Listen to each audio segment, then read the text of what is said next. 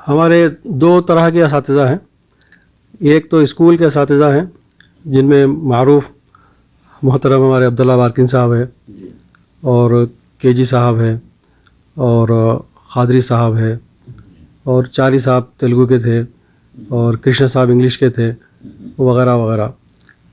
اس زمانے میں سارے بچے جو ہے استادوں کا اتنا ادب کرتے تھے, چونکہ ہمارے ماں باپ بھی جو ہے ہر ایک کے ماں باپ بھی سمجھاتے تھے کہ استاد کا ادب کرنا واجب ہے, اور ان سے ڈرتے بھی تھے, اور ان کا یعنی ان کو سمجھتے تھے, اور استاد بھی جو ہے شاگردوں کو سمجھتے تھے, اور اتنا ادب کرتے تھے میں بیان نہیں کر سکتا. اب اس سے ہٹ کے جو ہم دینیات جن اساتذہ سے سیکھے, ہم تو ان کے گھروں کی جارو کشی کرے, ان کے گھروں میں جھاڑو دیے. اور میں آپ کو یہ بات بتا دوں کہ جن اساتذہ کی ہم نے خدمت کی, وہ میں تو یہ سمجھتا ہوں کہ وہ ان کا علم کا ایک الگ اعتبار ہے, لیکن جو خدمت اور ادب کی وجہ سے جو علم اترا ہمارے قلب میں, یہ اسی کی دین ہے, ادب کی وجہ سے. اور اگر ادب ہمارے اندر نہ ہوتا تو وہ علم نہیں اترتا, اور اس علم کا فیضان نہیں اترتا. کیا بات ہے, بالکل صحیح بات. یہ ایک اہم بات ہے. تو اب میں آپ کو بتاؤں کہ ہمارے جو اساتذہ گزرے ہیں ان کی روحانی کیفیت کیا تھی. میرے ایک استاد سید محی الدین حکیم ہلال اکبری صاحب جو نلگنڈے میں, اور ان کی عمر تقریباً 100 کے قریب ہو گئی تھی, اور جب میں ان سے حصول تعلیم حاصل کیا تو وہ اس وقت ان کی عمر 90 سال تھی. اور خط و کتابت کے ذریعے سے میں اپنے سوالات کرتا تھا, ان سے جوابات آتے تھے. جی. تو اس وقت میں ٹیمپرری طور پہ یمبو میرا ٹرانسفر ہوا تھا بن لادن کی طرف سے, میں یمبو میں تھا, اور وہ میں وہیں پر قیام تھا 1-2 مہینے کے لیے. اور میرے خواب میں آئے, بولے میں کل ظہر تک قیام ہے میرا, اس کے بعد میں جا رہا ہوں. اس کے بعد میں دوسرے دن خبر آ گئی کہ ان کا انتقال ہو گیا. انا للہ و انا الیہ راجعون. تو وہ اپنے شاگردوں سے ملنے کے لیے جو ہے سب کی خوابوں میں آئے. کیا بات ہے. بولے میں کل دوپہر تک ہوں. کیا محبت تھی, کیا خلوص تھا, کیا لگاؤ تھا. اچھا, ایک ہمارے استاد, وہ ان کی کیفیات کا دیکھیے آپ کہ کتنی روحانی ان کے اندر طاقت تھی. وہ خط لکھے اپنے ایک شاگرد کو کہ بولے میں بامبے آ رہا ہوں, فلاں ٹائم پہ آ رہا ہوں, تم آ جانا. عام طور پہ ایسا ہوتا تھا, اور وہ آ جاتے تھے, لے کے چلے جاتے. ایک بار خط نہیں لکھے بلکہ خواب میں جا کے بولے کہ میں آ رہا ہوں, تم آ جاؤ. اب انہوں بولے حضرت خواب میں آ کے بولے خواب ہے کیا ہے کہ بول کے نہیں گئے. اور وہ پہنچے, اس کے بعد پھر کوئی بھی نہیں آیا تو انہوں ٹیکسی لے کے چلے گئے گھر پہ ان کے. پھر جانے کے بعد میں پوچھے میاں میں تمہارے خواب میں آ کے بولا تھا کہ تم میں آ رہا ہوں بول کے, تم کیوں نہیں آئے اسٹیشن پہ. یہ ایک حقیقت کا واقعہ ہے, یہ کوئی ایسا بناوٹی واقعہ نہیں ہے. تو وہ بہت روئے انہوں. تو اس سے اندازہ کرو کہ وہ ان کی روحانی کیا کیفیات تھی ہوں گی, اور اس کے کیا اسباب تھے ہوں گے. وہ بڑے متوکلین تھے. یعنی میں انشاءاللہ اس کی یہ دوسری قسط میں جو ہے اس کی کچھ تفصیل بیان کرنے کی سعادت حاصل کروں گا کہ وہ کیا وجوہات ہیں, وہ کیا تعلیمی اعتبارات تھے. یحییٰ, یہ تو تھی آپ کا بچپن اور اسکول کا زمانہ اور اساتذہ ان کے ساتھ آپ کا تال میل. فرصت میں, بچپن کی فرصت میں کیا ماحول ہوتا تھا اپنے دوستوں کے ساتھ؟ کہاں پر گزرا آپ کا بچپن, کیسے ماحول میں گزرا, کیا کھیل کود کرتے تھے, کتنے وقت تک آپ کو فرصت ملتی تھی, والدین کی کیا سختی تھی, آپ کے بھائی آپ کے ساتھ اور آپ کے دوست احباب, ان کے ساتھ کیسا وقت گزرا؟ ایک تو ہمارے محلے کے دوست احباب تھے, اور ایک جو ہے ہمارے اسکول کے احباب تھے, اور ایک رشتہ دار تھے, ہمارے رشتہ دار ہم عمر لوگ جو ہے وہ بھی ہمارے احباب تھے. چھٹیوں کا انتظار دیکھتے تھے, چھٹیاں ملے تو بولی کا راستہ تیرنے کے لیے. کون سی بولی؟ بردان, مشہور بردان. ہاں, بردان کی بولی ہے. اور ایک گودڑ کی باڑی بھی تھی چکی پہاڑ کے سامنے، لیکن وہ بہت برسات میں رہتی تھی، گرما میں جو ہے سوکھ جاتی تھی وہ. اور مسجد نورین کے پاس کی وہ ایک باؤلی تھی. جی. اور کبھی بڑے بھائیوں کے ساتھ نیا تالاب بھی جاتے تھے. بس تقریباً 4-5 گھنٹے جو ہے نا تیرنا یہی کام تھا. چکی پہاڑ زندہ آباد. ہمارے صدر صاحب بھی تھے، تاج محمد خان بھی تھے، محمد یوسف بھی تھے، اور یہ زیادہ تر ہم لوگ جو ہے نا چکی پہاڑ بھی جاتے تھے، وہاں فوٹوਆਂ لیتے تھے، اور کبھی جو ہے نا بندار بھی کرتے تھے، کبھی خود بناتے تھے، کبھی بنا ہوا گھر سے لے کے جاتے تھے. اور کھیل کود میں جو ہے ماشاءاللہ ہمارے عبداللہ بن عتیق وغیرہ فٹ بال وغیرہ کھیلتے تھے. لیکن ہم بھی کھیلے تو ایک بار جو ہے نا فٹ بال ہمارے منہ پہ آگے لگا دبا کے، اس کے بعد سے چھوڑ دیے فٹ بال. اچھا. اور یہ کرکٹ بھی کھیلے تو وہ بھی بال آگے پیر پہ کہیں لگا تو وہ بھی چھوڑ دیے. جی. تو البتہ ہم جو ہے نا غوث پہلوان کی تعلیم پہ جاتے تھے. اچھا. اور جہاں پہ ہمارے برداشت کے ساتھیوں میں ہمارے محمد یوسف صاحب انہوں بھی جاتے تھے. اور بس وہی ہمارے کیا نام ایک حاجی پہلوان تھے، اور ظفر پہلوان بھی وہیں آتے تھے. اور پہلے شروع میں حاجی پہلوان سے سیکھتے تھے، انہوں زورا دیتے تھے. اس کے بعد میں ذرا تھوڑا سا جسم بنا، تھوڑا یہ ہو گیا تو غوث بھائی بولے آ رہے ادھر آپ میرے پاس آ جاؤ. تو پھر روزانہ انہوں جو ہے سکھاتے تھے، دوا سکھاتے تھے. بڑا اچھا سنہری موقع تھا. اور وہ دنگل کو گودتے تھے، اور پھوڑا بھی جو ہے کافی بھاری ہوتا تھا، اور عجیب تھا بچپن. وہ جا کے جو ہے نا پھر ایک سیب دودھ، ایک گلاس دودھ جو بھی اعظم کا ہیرا پی لے کر لے گئے. آئینے کے سامنے جا کے جو ہے نا ایسا اپنے آپ کو دیکھتے تھے کہ میں بھی کچھ ہوں بول کے. اور ایسا ایک عجیب واقعہ یہ ہے کہ ہمارے صدر صاحب، میں تاج محمد خان وغیرہ مل کے پورے لنگوٹا پہن کے وہ لمبی سل کے پاس فوٹو لیے تھے. وہ فوٹو ایسی تھی کہ لمبی سل کو ایسا پکڑے ہوئے اس کو اٹھا رہے ہیں. صدر صاحب ایسی فوٹو لیے تھے. اور میری تصویر تو ایسی دکھ رہی تھی کہ اب محسوس ہو رہا وہ جھنگر پہلوان، مچھر پہلوان دکھ رہے تھے اس میں. اور یہ لیے ہوئے تھے پورے، اس کو لمبی سل کو پورے ہاتھوں سے اٹھائے ہوئے ایسی فوٹو لیے تھے.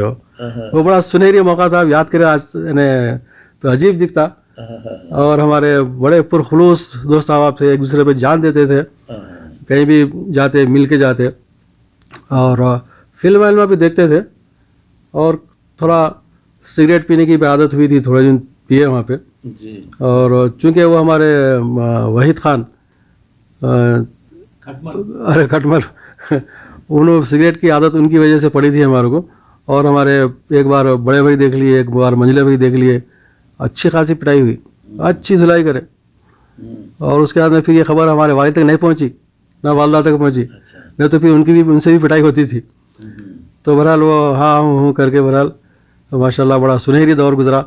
اور وحید خان کا تو انتقال ہو گیا ہمارے ساتھیوں میں. بستی کی صبح شام بستے ہم بس الحمدللہ فجر کی نماز پڑھتے تھے، اور جو ہے اکثر بیشتر حریص کھاتے تھے. اچھا. یا پھر جو ہے نا سودا منگاتے تھے، گھر سے جاتے سودا لے کے آتے تھے. اور عام طور پہ جو وہی قیمہ ویمہ لے کے آتے تھے، ترکاری لے کے آتے تھے، ناشتہ گھر میں کر کے پھر اسکول جاتے تھے. بڑا سنہری، بہت سنہری وقت تھا، بہت سنہری وقت تھا. کس کے پاس سے ترکاری لاتے تھے؟ تھوڑا سا نام بتاؤ.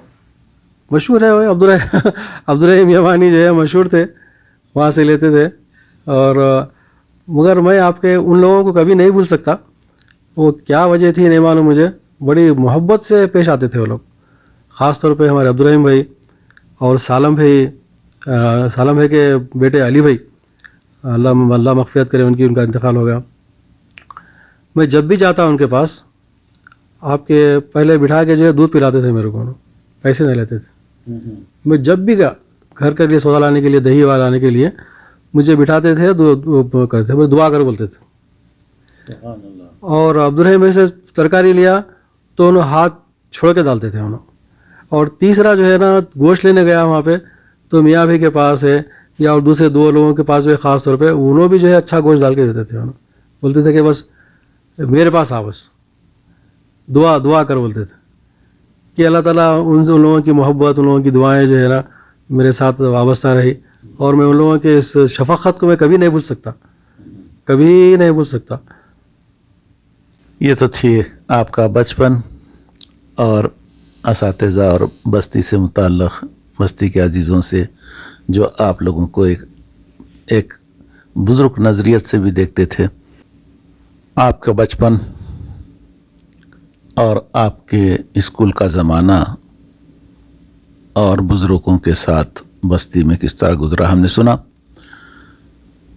اب آتے ہیں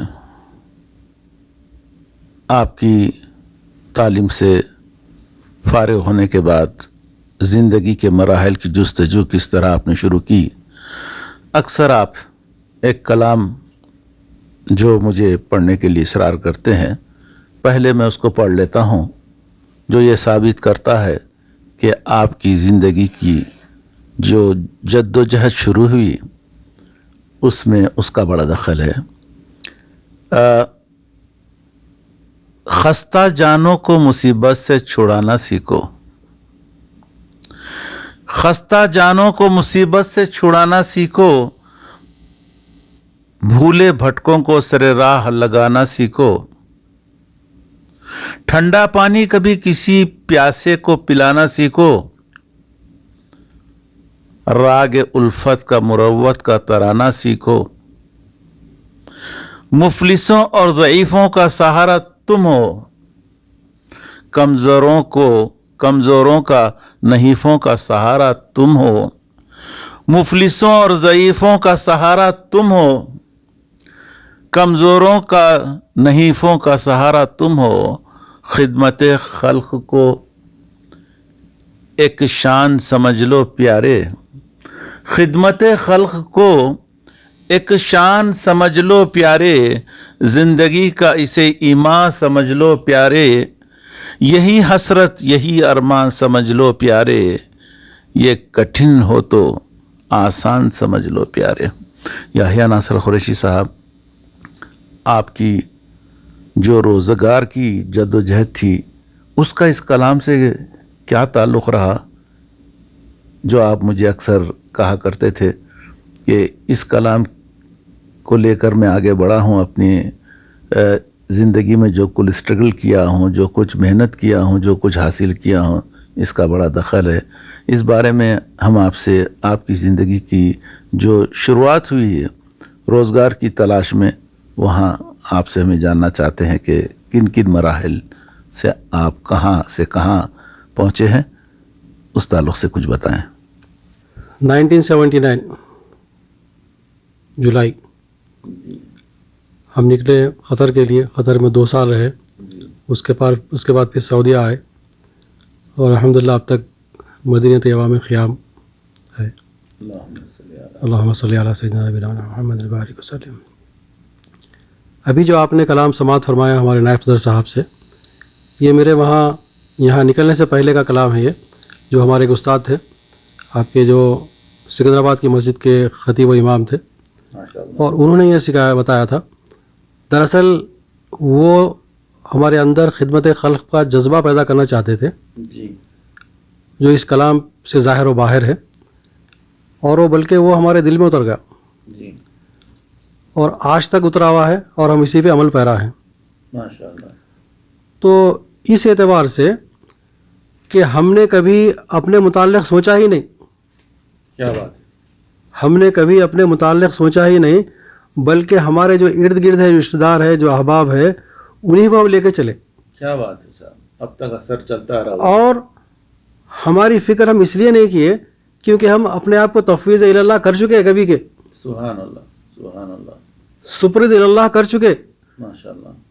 تو اب میں اس میں ایک بہت بڑا تفصیلی مضمون ہے، اور جو سیکھنے سے، تربیت حاصل کرنے سے آتا ہے کہ ہم جو کام کرتے ہیں، کسی کام کرنے کا ارادہ کرتے ہیں، قصد کرتے ہیں کہ میں یہ کام کروں گا تو اس کی یہ آمدنی ہوں گی، اس کا یہ ہوں گا، اس کا ایسا ہوں گا، ایسا ہوں گا، ایسا ہوں گا.